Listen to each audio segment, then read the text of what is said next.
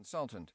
Steve impressed me with his agile mind, keen insights, enthusiasm for innovation, and determined activism.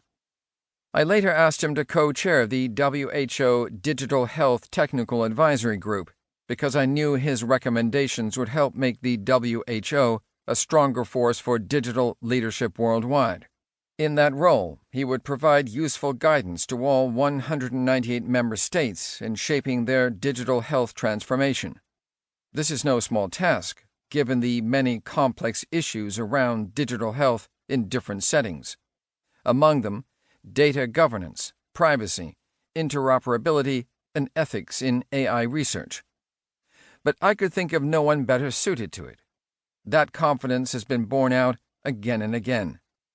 Daily, my colleagues and I witness Steve's behind-the-scenes practical activism as he helps us and so many others respond to the pandemic while never losing sight of longer-term opportunities and strategies to use digital tools for advancing the well-being of people around the world.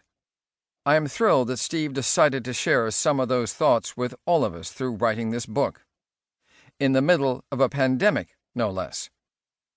From my perspective, the world never stops placing enormous obstacles on our path to progress. I have seen many in my life, from my childhood in Ethiopia to my work as a public health expert confronting the scourge of malaria, to my role in government and my leadership of the WHO during a global pandemic.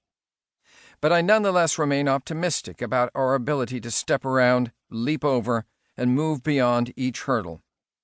It is this spirit of optimism that most resonates with me as I read Undercurrents. Through these stories of creative, high-impact solutions in global health, education, environment, poverty relief, and gender equality, we see clear themes of courage and hope. But each is presented with an eye towards social change from a practitioner's point of view and a steady dose of pragmatism. That is a powerful combination. I hope you will find the macrotrends Steve outlines in this book as useful as I do when thinking about our collective future. And I hope you will find your own currents to guide and inspire you. We need each person engaged in our collective work to make a more just, verdant, and healthy world. Dr. Tedros Adhanom Ghebreyesus, Geneva, Switzerland, May 2020. Introduction.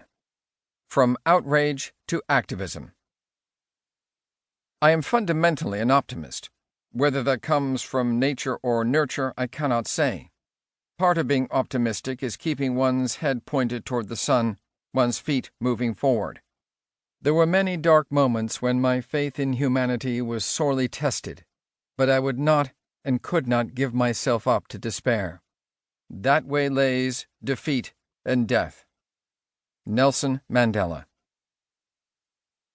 A refugee camp sprawling across a large patch of jungle in Thailand is not the first place most people would expect to enjoy a memorable pickup soccer game, nor the likeliest wellspring for a life-changing insight.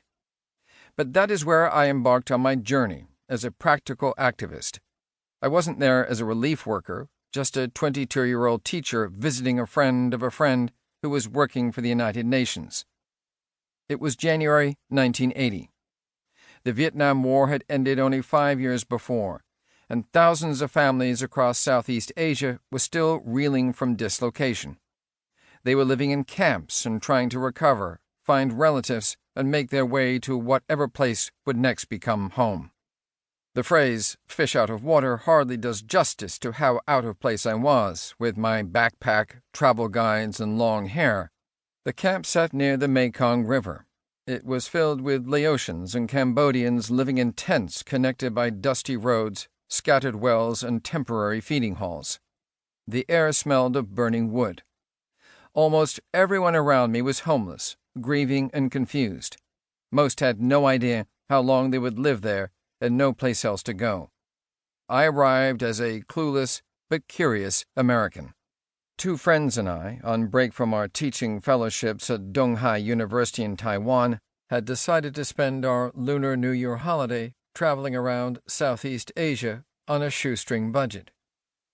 We did exactly as you might expect from a